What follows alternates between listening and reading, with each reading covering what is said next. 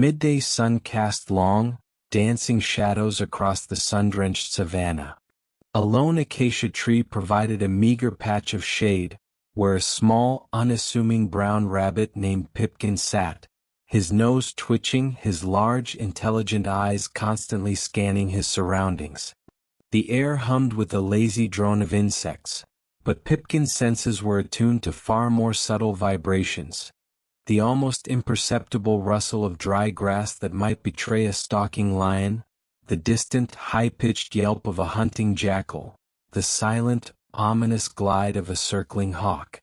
Pipkin was not the largest or the fastest rabbit in his warren. He lacked the powerful hind legs of his cousin, Thumper, and the sheer bulk of old Barnaby. What Pipkin possessed, however, was an extraordinary intellect, a sharp wit honed by countless close calls and a deep understanding of the intricate dance of predator and prey that governed their lives.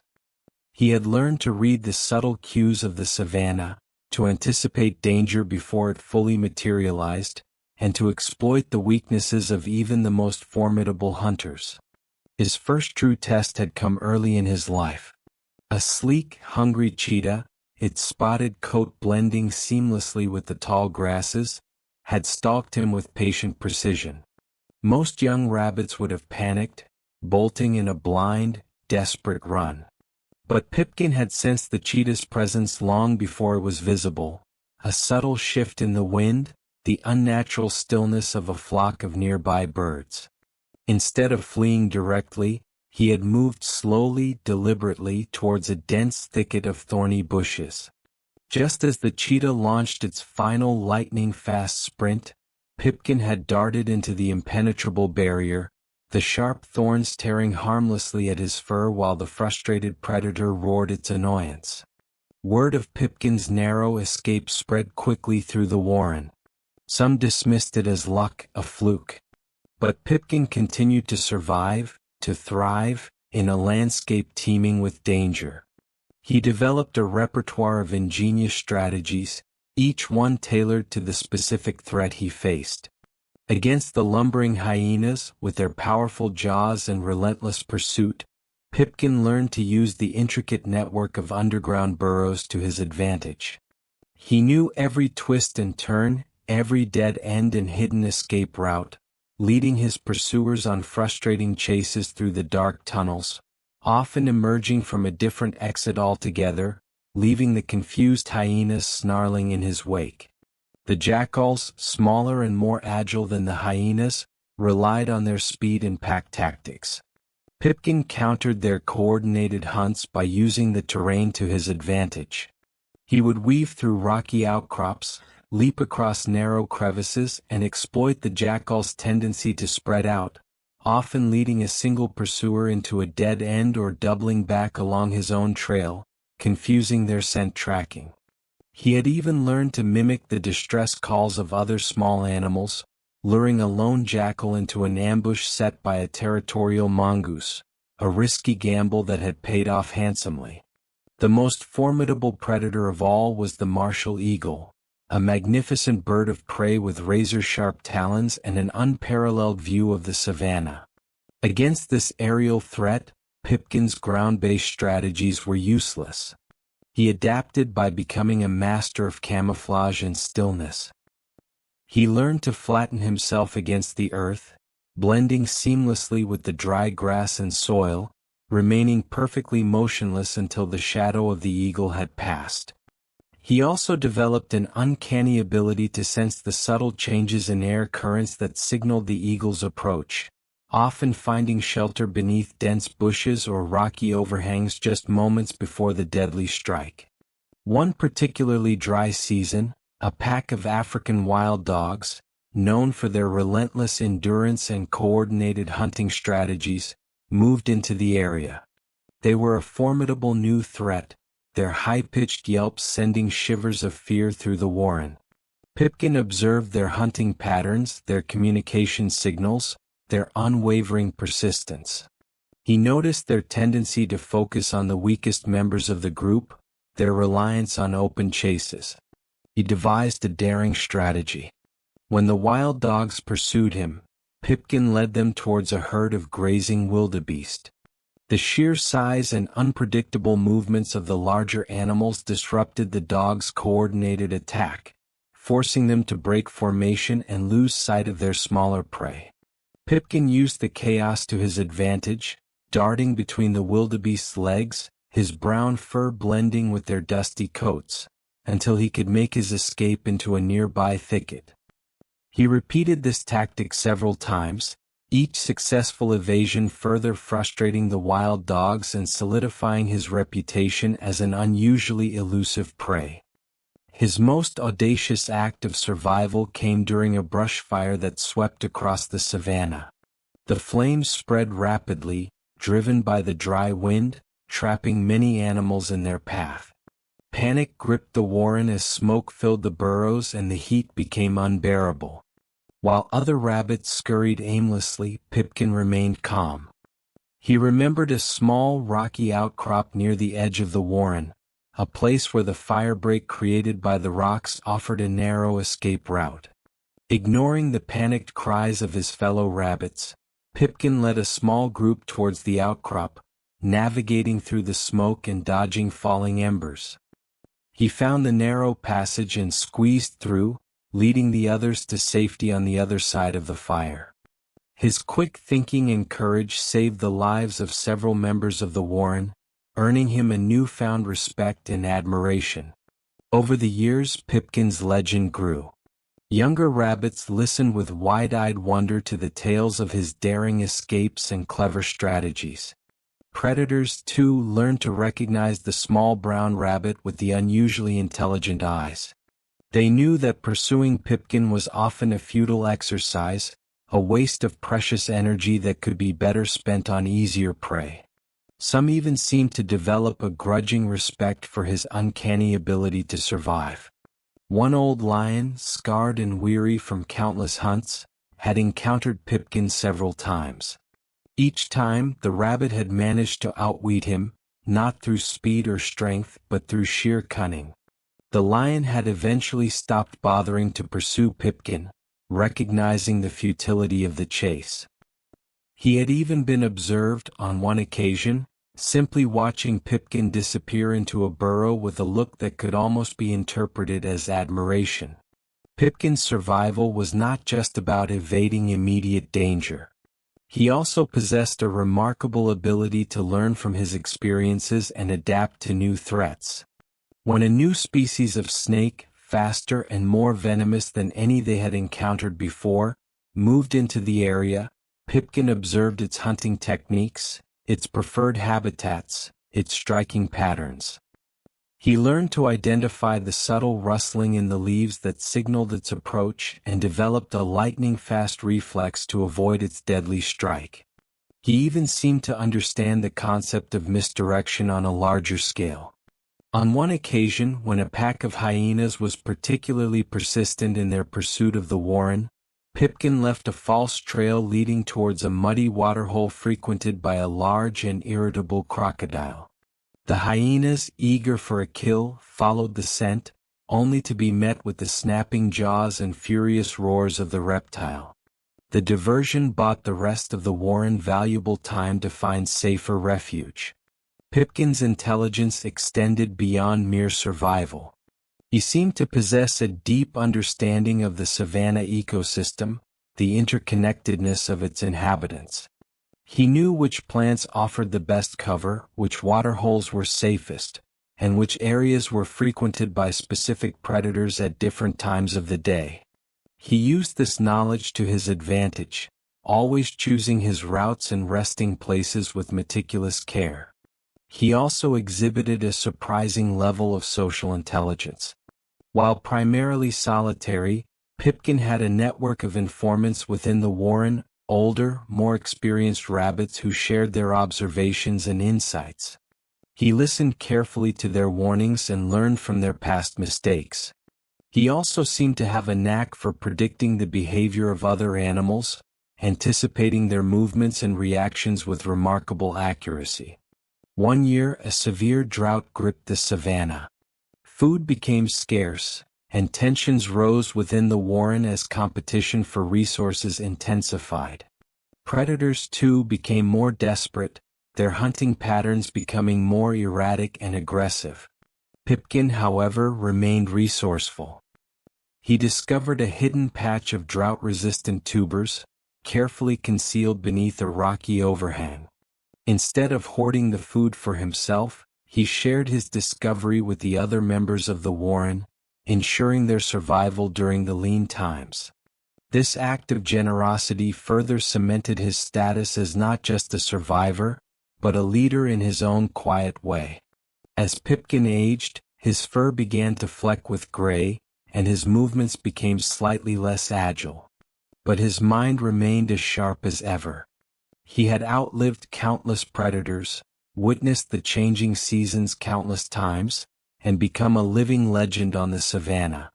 Younger rabbits would often approach him, their eyes full of awe, seeking his wisdom and guidance.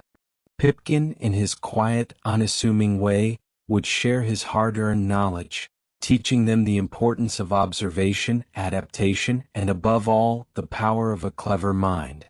He taught them to listen to the whispers of the wind, to read the language of the tracks in the dust, to understand the subtle signs of danger. He showed them how to use the terrain to their advantage, how to exploit the weaknesses of their enemies, and how to remain calm in the face of fear. He instilled in them the understanding that survival was not just about speed or strength, but about intelligence and resourcefulness. Even in his old age, Pipkin never lost his edge. He remained vigilant, his senses always alert. One twilight evening, as the sky blazed with the fiery hues of sunset, a young, ambitious leopard, eager to make a name for itself, stalked Pipkin with confident stealth.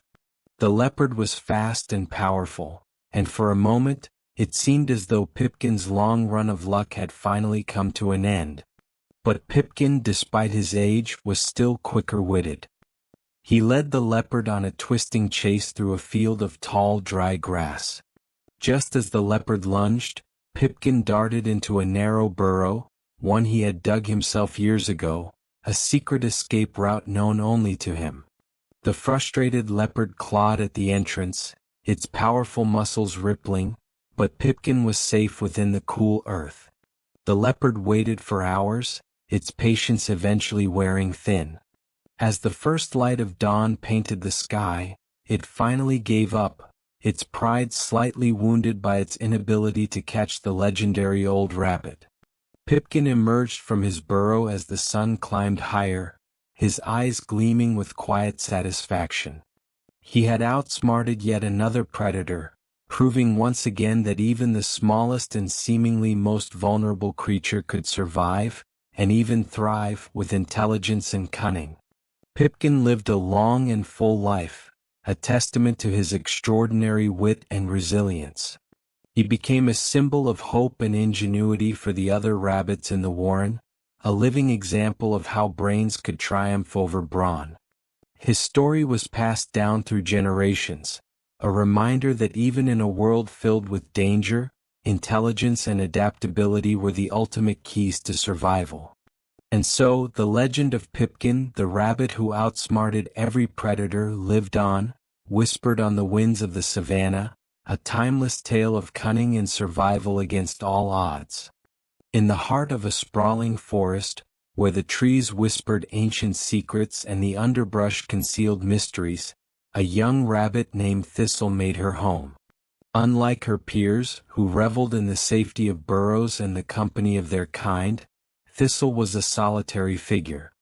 Her fur, a blend of browns and grays, allowed her to blend seamlessly with the forest floor, making her nearly invisible to any who might seek her harm. Thistle's keen senses were her greatest assets. Her large ears, capable of swiveling independently, caught the faintest rustle of leaves or the distant call of a predator. Her eyes, positioned on the sides of her head, provided her with nearly panoramic vision, alerting her to any movement in her vicinity. But it wasn't just her physical attributes that set her apart. It was her intellect and adaptability.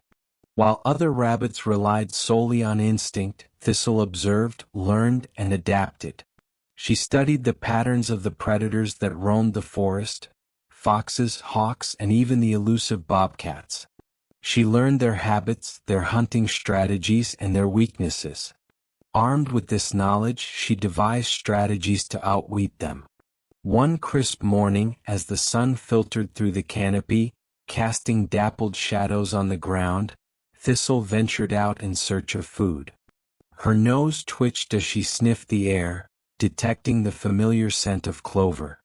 She hopped towards the patch, her movements deliberate and cautious. Suddenly, a shadow passed overhead.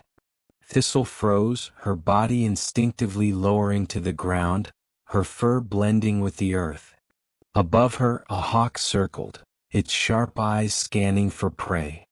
Thistle remained motionless, her breathing shallow, her heart pounding in her chest.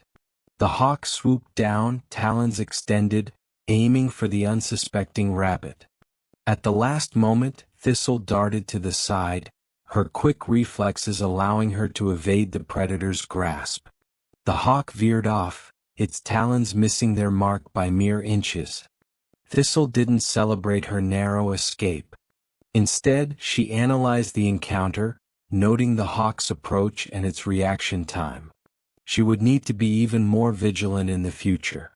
Days passed, and Thistle's reputation as a cunning rabbit spread throughout the forest. One evening, as the sun dipped below the horizon, casting an orange glow over the landscape, Thistle heard the unmistakable crunch of leaves underfoot. She turned to see a fox emerging from the shadows, its eyes gleaming with hunger.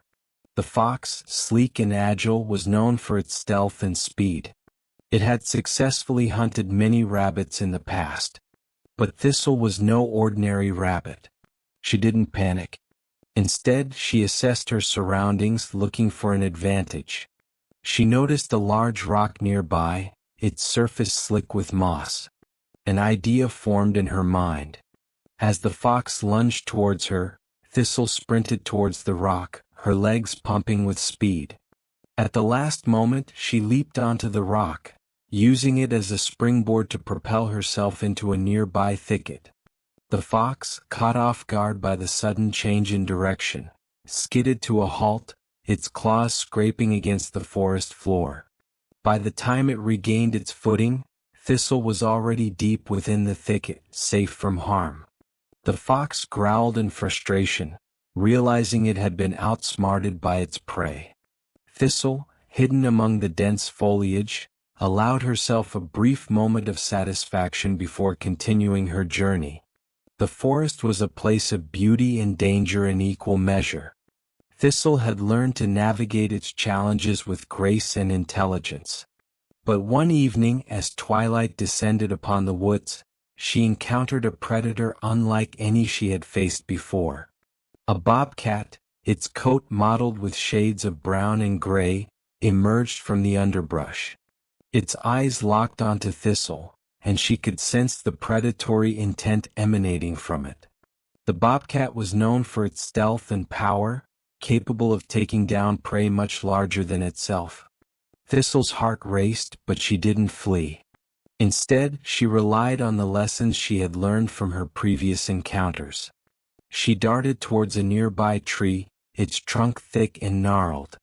As the bobcat lunged, Thistle nimbly scaled the tree, her claws digging into the bark. The bobcat leaped after her, but its claws met only empty air.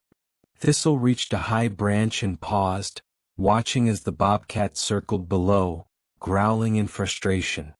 After several minutes, the bobcat gave up and slunk away into the shadows. Thistle remained in the tree for a while longer, ensuring the danger had passed. She then descended and continued on her way, her confidence bolstered by another successful evasion. As the seasons changed, so did the challenges Thistle faced. The forest, once teeming with life, began to quiet as winter approached. Food became scarce, and predators grew bolder in their search for sustenance. One particularly harsh winter, a severe snowstorm blanketed the forest, making it difficult for Thistle to find food. She ventured farther than usual, hoping to find a hidden cache of food or a sheltered area where she could wait out the storm. As she navigated through the snow-covered landscape, she heard the crunch of paws behind her. She turned to see a large coyote, its fur matted with snow, closing in on her.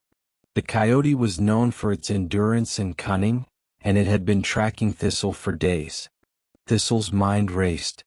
She couldn't outrun the coyote in the deep snow, and there were no nearby burrows to hide in.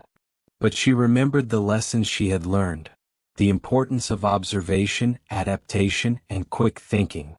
She spotted a narrow crevice between two large boulders. Without hesitation, she darted towards it, squeezing her body into the tight space. The coyote, unable to follow, paced back and forth, its growls echoing through the snow-covered trees. Thistle remained motionless, her body pressed against the cold stone. Hours passed and the storm intensified. The coyote eventually gave up and retreated into the forest, leaving Thistle in peace. As the years passed, Thistle became a legend in the forest. Her tales were shared among the creatures, a testament to the power of intellect and adaptability over sheer strength. She had outwitted every predator that had crossed her path, not through brute force, but through careful observation, quick thinking, and a deep understanding of her environment.